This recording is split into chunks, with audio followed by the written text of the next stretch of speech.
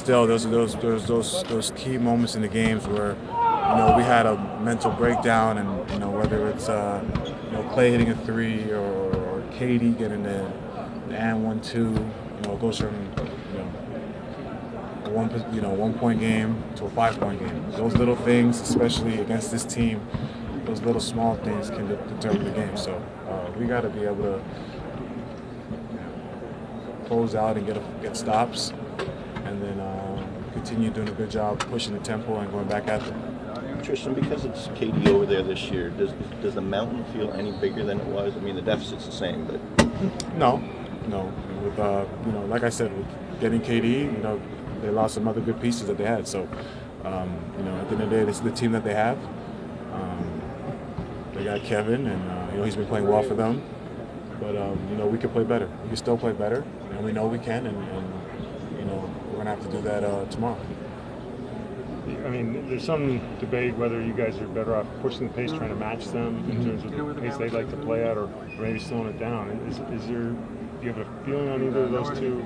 No, I think if we get stops on defensive end and limit their offensive rebound kickouts for the threes, when we push it at them, if you watch the games, if we push it at them and we space the floor and give Braun and Kyrie room to penetrate, especially with their second unit when McGee's not in the game, they don't have shot blockers. So that's in our favor when we're pushing the tempo and attacking the rim. It seems like each of the game you guys have fallen behind early, and Ty's decided to go get more shooters on the floor. What do you feel about that, like in terms of your ability to contribute when you're starting from behind? I mean, yeah, if you're down 10 or 15, you got to go with the offense. You need points scored on the board. So, all I can do is, when I'm out there is do my job and play hard and compete and play with the energy and play good enough defense where, the game is not down by 10 and whatnot. So, just got to play D, defend. You guys haven't played it at home since May 23rd. How much of a jump start do you think this crowd will give you? We know they're going to be excited. The energy is going to be at full tilt. They're going to have our back, and they're definitely going to energize us. And we got to feed off that, and we got to give them the same energy back. We got to come out and set the tone early, especially on our home court. Got to defend the land. You look through the box scores, the so-called role players haven't contributed as much as you might expect. Would that change at home? Do you think a home crowd helps yourself, JR, Darren, that type? Every game's different. Of course, myself, JR, and Darren, we know we played enough basketball that we know that, if we're playing at a high level and we're playing, if we're playing well, we've been in, that's good for our team. So, I don't want to put too much pressure in terms of, our role guys, you have to do this, you have to do that. Just go out and play. Go out and play and have fun and do what we've been doing. I know what I have to do out there. JR knows what he's got to do. Channing, RJ, we know what we got to bring to the table for our team to be successful. So we just got to go out there and do it. Don't stress too much. Don't overthink it. I think when you start doing that, then you put the pressure on yourself. Just go out there and just play.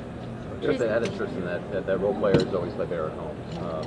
Do you find that to be true, and so what's behind that? Like, why is that? I don't know if it's true or not. I don't know.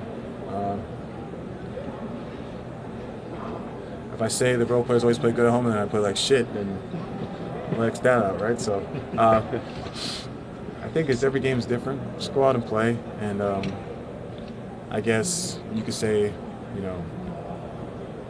Golden State, if JaVale gets a big dunk or Zaza gets a reverse layup, the crowd goes crazy. So I guess the crowd enjoys when the role players get some easy buckets. And you're going to be reading everywhere. The team defend the land, so it's going to be something that you're going to stay in your heart, in your head during the game. Yeah, that's been our motto, our saying since for 3 years now. Defend the land. This is our home court. We got to protect it, and we got to set the tone early. Tristan, LeBron said that he just needs some food and some wine to feel better.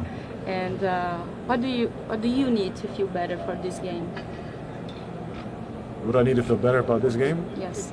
I need tomorrow to get here so I can go out there and play. I'm ready to play. I'm excited. But food and wine after a game is always good for your soul, so I'd have to agree with him. I mean, you take your performance. You have a lot of pride in how you play, and it sounds like you're a little frustrated with what you've been able to get done the last couple of games. Yeah, of course you're a little frustrated because, you know, I like getting offensive rebounds. Haven't been getting as much the last 2 games, but it's a new game. You know, you can't stress on the last 2 games. I can't think about it. Just gotta go out there and be greedy and just see ball, get ball mentality and get back to that. I mean, the finals have been a great stage for you the last couple of years, so you got to be optimistic. Yeah, you know, it's how it's you know, you might have couple bad games, but then you bounce back with a big game. So you know, I can't wait for tomorrow. Tristan, we are from Brazil and we just love that handshakes that you do before the game, so something special to give some extra energy for tomorrow. Our handshakes are just, you know, part of our team camaraderie. It connects and unites us. And I guess the fans like it too. You know, you see kids doing it on their social media and doing it like us, so it's fun. I think it's a good way to get everyone involved in the engagement with the fans. But does it help you before the game? The handshake give you some extra energy? No, Because, you know. no, just it's like saying hello. It's like it's like a hello.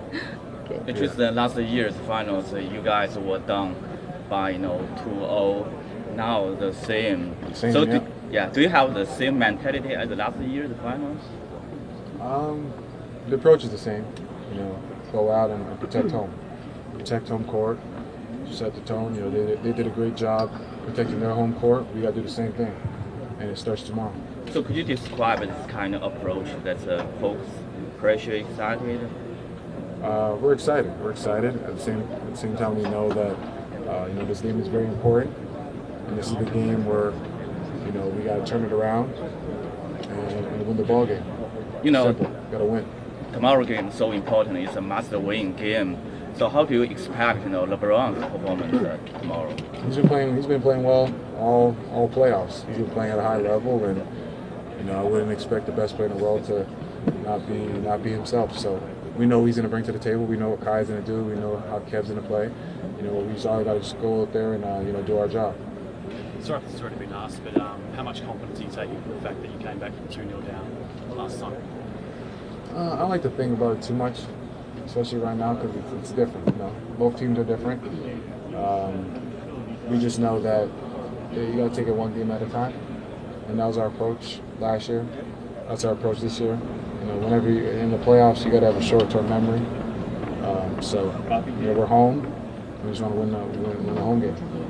It seemed like their home crowd was quite a big advantage in the first 2 games. I mean, how much are you calling on your home fans to really get behind you?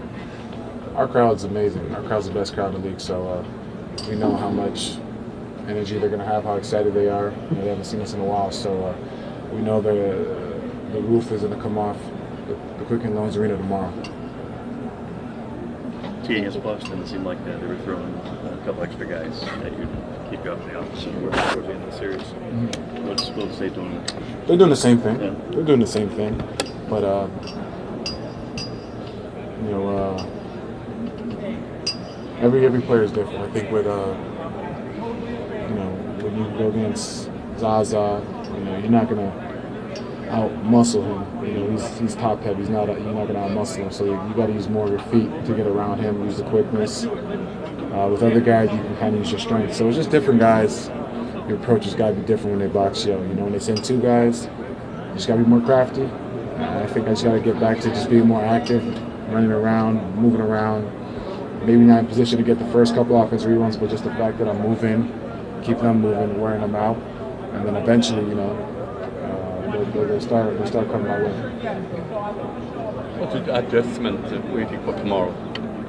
I think we did a good job being physical. We just gotta, you know, limit the 50. We gotta get all 50-50 balls. We gotta get those. We gotta limit them to 1 shot. You know, when they get offensive rebounds, they're looking for 3s. So we gotta limit that, and you know, we gotta keep pushing the pace. You know, we did a good job when we had our shooters in our second unit. Did a good job when we had Sean, Kyle, RJ, Bron, and Duo. We spaced the floor out, and we were in attack mode, and the guys did a great job. are waiting for help from your fans, of course. Huh? For the fans. Oh yeah, no. We're excited. I know they're excited. The energy is going to be huge tomorrow. That lift that they're going to give us, and we got to give them something to be cheering about too. So it plays hand in hand.